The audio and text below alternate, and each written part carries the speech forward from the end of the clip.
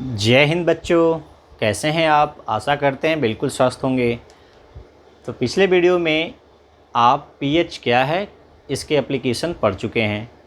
आज चैप्टर में जो हेडिंग्स 3 था, जिसमें पहला हेडिंग क्या था, एसिड्स, दूसरा बेस, तीसरा, जी हाँ सही पकड़े हैं, साल्ट्स। तो आज हम साल्ट्स के बारे में स्टडी करने वाले हैं।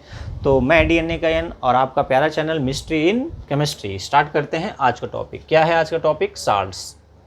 अब साल्ट्स क्या होते हैं आपको बताने की ज़रूरत है या नहीं?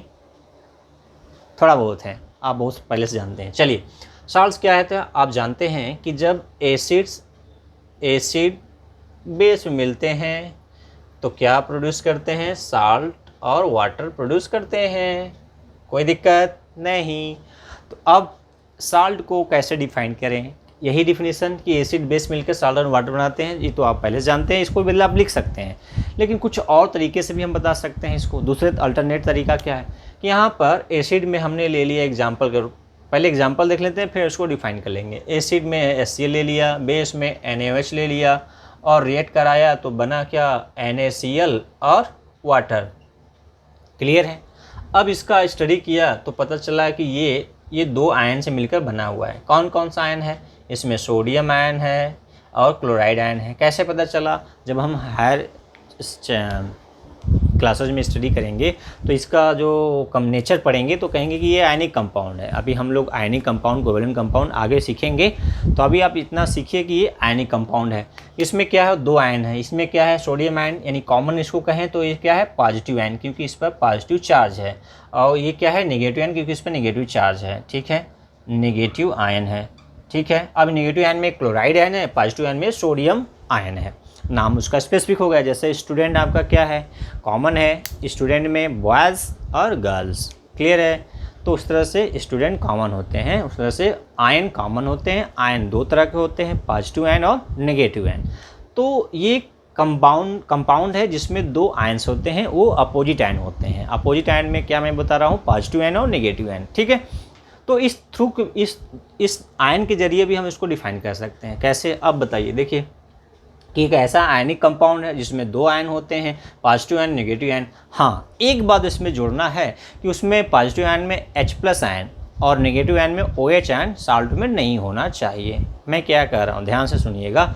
H+ आयन नहीं होगा पॉजिटिव आयन में और नेगेटिव आयन में OH आयन नहीं होगा। ठीक है, H हो सकता है, हाइड्रोजन हो सकता है, लेकिन H+ के टर्म में नहीं होगा वहाँ पर।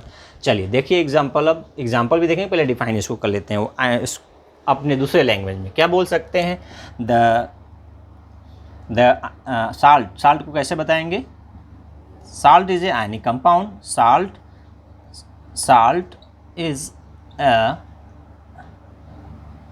Ionic compound. या एक सिंगुलर बोल रहे हैं तो आप सिंगुलर में बोलेंगे, यदि प्लूरल में बोलेंगे तो साल्ट्स लिख लेंगे, प्लूरल में कर लीजिए साल्ट्स आर आयनिक कंपाउंड।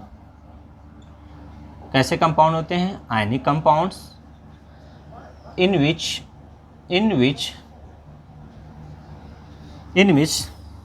या which is made up of, ये in which न कहकर करिए which is made up of। हालांकि आयनिक कंपाउंड कहने का मतलब ये है कि दो आयन से मिलकर बने होते हैं। हाँ, आगे में नहीं कहना है, लेकिन फिर भी हमें जो H+ है उसको बोलना है। तो बोलेंगे क्या? Salts are ionic compounds which are made up of positive ions except hydrogen ion, any H+ ion, and negative ions except OH ion minus, यानी हाइड्रोक्साइड आयन। ठीक है, तो आप ऐसा ही बोल सकते हैं। यहाँ पर यदि आप आयनिक कंपाउंड नहीं बोलेंगे, केवल कंपाउंड बोलेंगे तो ये ज़्यादा सूटेबल हो जाएगा। यदि आप आयनिक बोल देंगे तो अंडरस्टूड है कि उसमें दो तरह के आयन्स होने ही होंगे। ठीक है, अब उसमें कौन से आयन्स होंगे? पॉजिटिव आयन में एक्सेप्ट H+ आयन को छोड़कर, यानी H+ आयन को छोड़कर पॉजिटिव आयन होगा, और नेगेटिव आयन में OH आयन नहीं होगा, तो उसे क्या बोलते हैं? साल्ट बोलते हैं। ठीक है, चलिए साल्ट का डिफिनीशन जो आप जानते हैं उसमें एक और जोड़ लेंगे, इस तरह से बता सकते हैं। चलिए नेक्स्ट की बात करते हैं कि अब साल्ट को कितने तरीके से बताया जा सकता है, नहीं उसको क्लासीफाई कितने कैसे कर सकते हैं। तो आप देख रहे हैं कि आपका साल्ट जो बना है कैसे बना है, एसिड और बेस के मिलने से बना है। तो अब एसिड का नेचर बेस के नेचर के आधार पर हम उसको 4 तरह से बना सकते हैं, लेकिन उसका पीएच केवल 3 तरह का ही। पीएच क्या है, पीएच कितने तरह के सॉल्यूशन को बताता है, 3। क्या क्या, एसिडिक है कि बेसिक है कि न्यूट्रल है, इसके अलावा वो नहीं बताता। तो कम्बिनेशन इसका 4 तरह से होगा, लेकिन पीएच उसका 3 ही होगा। पीएच क्योंकि पीएच के आधार पर तो हम ये बोलेंगे कि साल्ट्स का क्लासिफिकेशन हम कुछ इस तरह से पढ़ सकते हैं, on the basis of combination of acid and base. तो एसिड कैसा है, स्ट्रांग है कि वीक है कि कैसा है, बेस कैसा है, स्ट्रांग है कि वीक है, यानी ये 4 कम्बिनेशन होंगे। कुल टोटल कितने होंगे, 4 कम्बिनेशन, ठीक है। तो आइए देखते हैं कि कम्बिनेशन के आधार पर एसिड साल्ट्स कितने प्रकार के होंगे। तो पहला देखिए, पहला होगा कि यदि एसिड स्ट्रांग है, देखिए स्ट्रांग में लिख दूँ मैं पूरा एसिड, यहाँ पर मैं कॉमन ले रहा हूँ अपने, ये strong acid plus strong base, ये जो इससे बनेगा साल्ट क्या होगा, ये जो साल्ट होगा, ये साल्ट का नेचर यहाँ पर बताया जाए तो क्या होगा, न्यूट्रल होगा। क्या होगा, न्यूट्रल होगा, यानी इसका पीएच क्या होगा, पीएच क्या होगा, पीएच 7 होगा, ठीक है। चलिए दूसरा कॉम्बिनेशन क्या हो सकता है कि ये स्ट्रांग रहे, स्ट्रांग एसिड और वीक बेस। बेस कैसा हो, वीक, तो इससे साल्ट जो बनेगा, जो यहाँ साल्ट बनेगा वो कैसा होगा, एसिडिक होगा। क्यों होगा, यानी पीएच 7 से क्या होगा, कम होगा।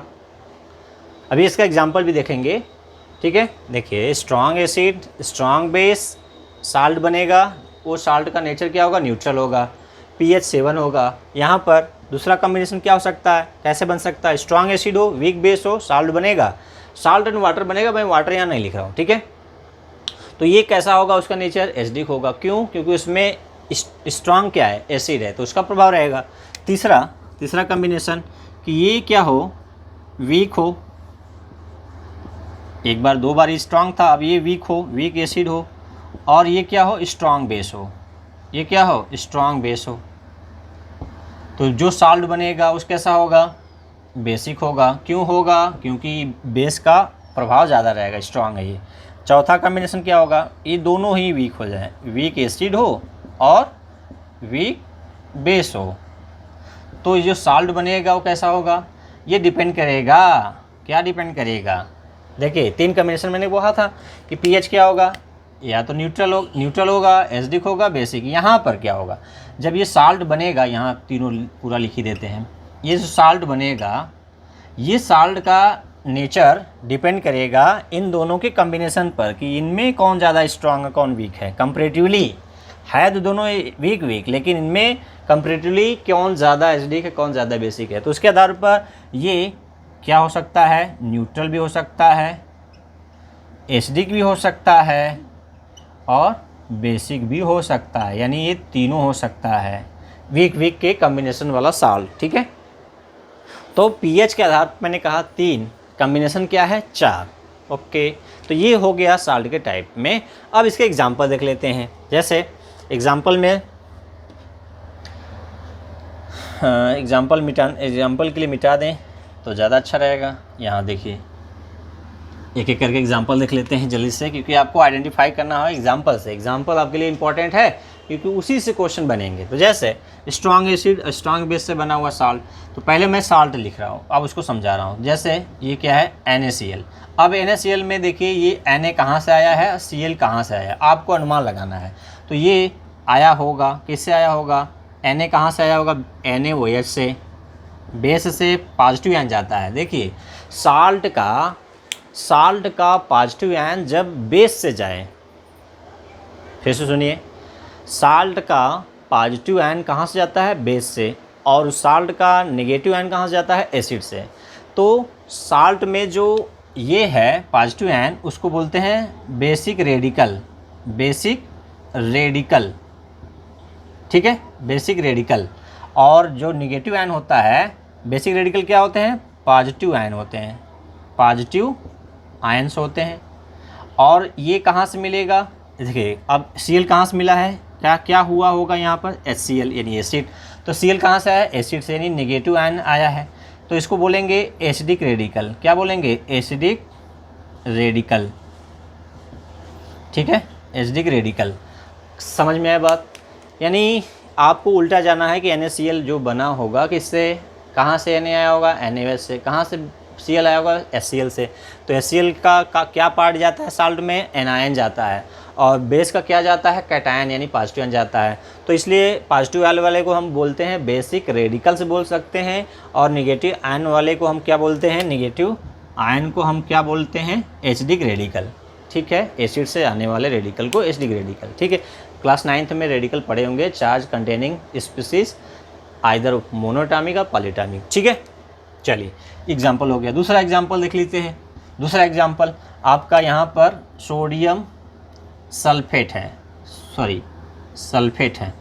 अब देखिए इसका पॉजिटिव, जो पॉजिटिव क्या है सोडियम और नेगेटिव क्या है सल्फेट। तो इस सोडियम कहाँ से आया होगा, सोडियम आया होगा बेस से, NaOH बेस से। और सल्फेट कहाँ से आया होगा, तो सल्फेट कहाँ से आया, कोई आप बताइए, सल्फ्यूरिक एसिड में से सल्फेट होता है। तो ये सल्फ्यूरिक एसिड का सल्फेट और सोडियम का बैलेंस नहीं है तो यहाँ बैलेंस कर लेंगे। चलिए ये आपको मिल गया, किससे कंबाइन होकर सोडियम सल्फेट, और ये जो बचा हुआ होता है ये पानी बनाएगा, OH और H2O 2H बनाएगा। तो आप समझ रहे हैं। अब बताइए ये क्या है, स्ट्रॉन्ग एसिड, ये क्या है स्ट्रॉन्ग बेस, बना क्या है साल्ट। साल्ट कैसा है, न्यूट्रल है। क्यों है, क्योंकि दोनों स्ट्रॉन्ग है और उसका pH क्या होगा, 7 होगा। ठीक है, उसी तरह से आपके और भी एग्जाम्पल हैं जो आप बता पाएंगे कि वो कहाँ से बना है। ठीक है, आप इसका उल्टा ले जाएंगे, इसको तोड़ेंगे, और तोड़ना आप 9th में जानते हैं रेडिकल में कैसे तोड़ते हैं। चलिए अब इसको आपको बताना है कि ये कैसा है रेडिकल, ये कैसा है, ये किससे मिलकर बना है, KNO3 पोटेशियम नाइट्रेट, और कौन सा बेस है, कौन सा एसिड है, यानी इसका बेस बताना है और उसका एसिड बताना। और ये क्या है, न्यूट्रल साल्ट है, तो इसका रिस्पेक्टिव आपको क्या बताना है, बेस और एसिड। चलिए नेक्स्ट देखते हैं। दूसरा क्या था आपका,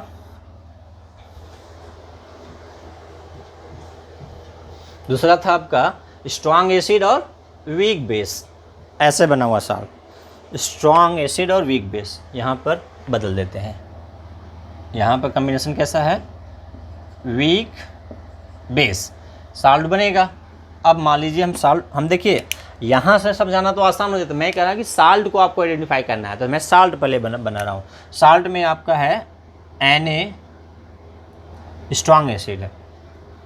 स्ट्रॉन्ग एसिड में ये है NH4Cl, अमोनियम क्लोराइड है, साल्ट है।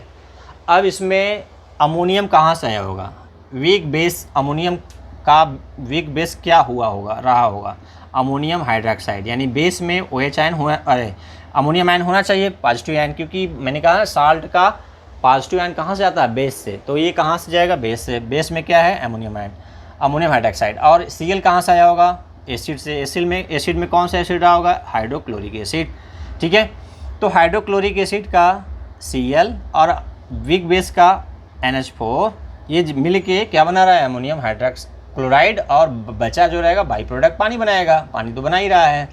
अब ये समझ गए कि ये क्या होगा, किसका प्रभाव रहेगा इसमें, किसका प्रभाव रहेगा, एसिड का। क्यों, क्योंकि स्ट्रॉन्ग एसिड है और बेस क्या है, वीक है। तो आप ऐसे बता सकते हैं कि जिसमें, हाँ ये आपको नेचर पता होना चाहिए, क्या कि आपको स्ट्रॉन्ग एसिड और वीक बेस का एग्जाम्पल और उसका नेचर पता होना चाहिए। जैसे अमोनियम हाइड्रोक्साइड और HCl में कौन ज़्यादा स्ट्रॉन्ग है, कौन वीक है, ये आपको क्लियर कॉन्सेप्ट पता होना चाहिए, तभी आप साल्ट का नेचर बता पाएंगे। जैसे अमोनियम हाइड्रोक्साइड वीक बेस है और HCl का स्ट्रॉन्ग, किसका प्रभाव रहेगा, HCl का, तो एसिडिक नेचर होगा। तो ये कैसा साल्ट होगा, एसिडिक। तो आप बता पाएंगे अब जो साल्ट होगा कैसा होगा, ये एसिडिक होगा। तो यहाँ पर मैं मिटा के वाटर को मैं क्लियरिटी के लिए केवल मिटा रहा हूँ, ऐसे तो बनता ही है। तो ये जो होगा वो नेचर में हम क्या लिखेंगे, एसिडिक। ठीक है, नेचर एसिडिक, क्लियर। इसके अलावा अब दूसरा देखिए, यहाँ पे देखिए दूसरा एग्जांपल, फेरिक क्लोराइड ले रहा हूँ मैं, या फिर Cl3। तो अब इसका रिस्पेक्टिव एसिड और बेस बताइए क्या होगा, इसका बताइए जल्दी से। तो इसका बेस यहाँ ये आयरन कहाँ से जाएगा, तो बेस से गिर जाएगा, क्या होगा बेस, फेरिक हाइड्रोक्साइड। हालांकि ये बहुत वीक ही बेस है। अब ये Cl कहाँ से जाएगा, HCl से। बैलेंस कर लेंगे, बैलेंस कैसे कर लेंगे, 3Cl है तो यहाँ 3Cl, ठीक है। तो ये Cl Fe के साथ गया है और जो बचा हुआ H OH के साथ जाएगा, 3 वाटर मालिक्यूल बनाएगा, 3 मोल वाटर मालिक्यूल। तो हमें वाटर मालिक्यूल से यहाँ मतलब तो नहीं है, फिर भी बना दे रहे हैं। अब इसका जो नेचर कैसा है, अब इसमें देखिए ये क्या है, वीक बेस है और ये क्या है, स्ट्रॉन्ग एसिड है। तो किसका प्रभाव रहेगा साल्ट में, एसिड का, ठीक है। तो नेक्स्ट है, अगला मैं आपसे क्वेश्चन करता हूँ। यहाँ पर मैंने लिखा हो कॉपर सल्फेट, क्या लिखा, कॉपर सल्फेट। अब जानते हैं कॉपर सल्फेट। तो अब इसका रिस्पेक्टिव ये बताइए कि ये स्ट्रॉन्ग, इसका ये क्या है, किस टाइप का नेचर का साल्ट है, स्ट्रॉन्ग, इसमें एसिड क्या है और बेस क्या है और इसका नेचर बताना है। यानी इसका रिस्पेक्टिव क्या बताना है आपको, बेस और इसका एसिड और ये इसका नेचर, ठीक है। दूसरा 2 क्वेश्चन हुआ। चलिए नेक्स्ट है, अब ये वीक हो जाए, ये क्या हो जाए, वीक एसिड। तीसरा कॉम्बिनेशन क्या था, वीक एसिड। कोई भी क्रम हो सकता है, जरूरी नहीं है कि मैं जिस क्रम से बताया हूँ वही पूछ रहा हूँ, कोई भी क्रम हो सकता है। चलिए वीक एसिड और यहाँ बेस कैसा हो, स्ट्रॉन्ग बेस हो। तो जो साल्ट बनेगा वो क्या नेचर का होगा, नेचर, साल्ट का नेचर क्या होगा। तो जैसे एग्जांपल ले लेते हैं। अब मैंने यहाँ साल्ट ले लिया क्या, Na2CO3 सोडियम कार्बोनेट। अब सोडियम कार्बोनेट क्या है, कैसा साल्ट है, तो मैं कह रहा हूँ कि ये बेसिक साल्ट है। तो आपको कैसे पता चलेगा, तो आप इसके क्या करेंगे, इसके किससे मिलकर बनाए देखेंगे। तो इसमें ये Na कहाँ से आया होगा, NaOH से आया होगा, ये आपको पता है। जनरली Na कहाँ से जाएगा, NaOH से, ठीक है। चलिए अब कार्बोनिक यानी कार्बोनेट जो गया है वो किससे गया है, कार्बोनिक एसिड से गया होगा, H2CO3। तो ये क्या है, वीक एसिड है और ये क्या है, स्ट्रॉन्ग बेस है। अब ये जो साल्ट बना है उसमें किसका नेचर, किसका प्रभाव रहेगा, बेस का। तो नेचर कैसा होगा, बेसिक होगा। pH क्या होगा, बेसिक साल्ट है तो pH क्या होगा, 7 से कम, 7 के बराबर, 7 से अधिक, 7 से अधिक। चलिए समझ गए कि Na सोडियम हाइड्रोक्साइड से, कार्बोनेट कार्बोनिक एसिड से। तो ये जो कॉम्बिनेशन बनेगा कैसा होगा, ये बनेगा बेसिक साल्ट। उसी तरह से ये क्या होगा, सोडियम बाइकार्बोनेट बताइए, इसका रिस्पेक्टिव बेस NaOH होगा, एसिड वो सेम होगा। ऊपर वाला नीचे वाला में डिफरेंस क्या है कि ऊपर वाले में यहाँ बैलेंस करना था, इसको 2 करना था, ठीक है। 2 Na हो गया यहाँ और 2 OH हो जाएगा और यहाँ पर 2 वाटर मालिक्यूल बन जाएगा। देखिए वाटर मालिक्यूल को मैं यहाँ पर क्लियरिटी के लिए कि आप अंडरस्टूड है, वहाँ है कितना है आप बैलेंस कर लेंगे, ठीक है। जैसे यहाँ ऊपर वाले में 2 वाटर मालिक्यूल बनेगा, यहाँ नीचे वाले में कितना बनेगा, यहाँ नीचे वाले में भी क्या बनेगा, अच्छा हाँ यहाँ देखिएगा कि 1 बनेगा। यहाँ पर HCO3, देखिए यहाँ पर कैटायन क्या है, ध्यान रखिएगा, यहाँ पर कैटायन क्या है, Na+ और एनायन यानी निगेटिव आयन क्या है, HCO3- है, ध्यान दीजिएगा। यहाँ पर H+ नहीं है, H है लेकिन कार्बोनिक बाइकार्बोनेट है, ये ध्यान रखिए कि एक आयन है, ये एक आयन है। यहाँ पर क्या है, इस तरह से आयन है, यहाँ पर इसको तोड़ेंगे तो आपको इस तरह से मिलेगा 2Na+ और CO3 2-। ध्यान रखिएगा दोनों में फ़र्क है, ये बाइकार्बोनेट है, HCO3- है, यहाँ CO3 2- है। क्लियर है। चलिए नेक्स्ट को आपको बताना है। तो 4th कॉम्बिनेशन क्या है आपका, वीक एसिड और वीक बेस का कॉम्बिनेशन, जिससे बनेगा जो साल्ट वो क्या होगा। मैंने अभी बताया कि वीक एसिड वीक बेस से जो बनेगा साल्ट, वो उसका नेचर HD भी हो सकता है, बेसिक भी हो सकता है, न्यूट्रल भी हो सकता है। ये डिपेंड करेगा कि दोनों वीक में से कौन किसका स्ट्रेंथ ज़्यादा है, यानी कंपैरेटिवली कौन ज़्यादा है, एसिड का ज़्यादा है स्ट्रेंथ का, बेसिक का। तो इस तरह से हम कह सकते हैं कि ये जो साल्ट होगा वो तीनों हो सकता है, यानी न्यूट्रल भी हो सकता है, एसिडिक भी हो सकता है और बेसिक भी हो सकता है, तीनों नेचर का हो सकता है। इसको आप ऐसे प्रेडिक्ट नहीं किया जा सकता। ये डिपेंड करेगा प्रैक्टिकली उसका पीएच कैलकुलेट करके या डिटरमाइन करके टेस्ट करके, या उसके एसिड बेस के स्ट्रेंथ पर निर्भर करेगा। ये आप आगे हायर क्लास में पढ़ेंगे। चलिए नेक्स्ट अब एग्जाम्पल की बात कर लेते हैं कि कौन है वीक बेस एसिड और वीक बेस का बना हुआ साल्ट। तो जैसे आपका है वीक एसिड में acetic acid CH3 COOH acetic acid, और इसके बेस के साथ वीक बेस NH4 OH, तो क्या बनेगा साल्ट? बोलिए अमोनियम एसीटेट। तो क्या होगा CH3 COO, यहाँ से H निकल गया, क्या आ गया? अमोनियम आयन, ठीक है, एसीटेट आयन, यानी प्लस माइनस मत दिखाइए, दिखाइए, अंडरस्टूड रहेगा। ये क्या है? Ammonium acetate, ammonium acetate. तो ये आपका हो गया साल्ट और बनेगा बाई प्रोडक्ट वाटर, अंडरस्टूड है। तो ये जो है आपका वीक एसिड और वीक बेस से बना हुआ साल्ट है, ठीक है।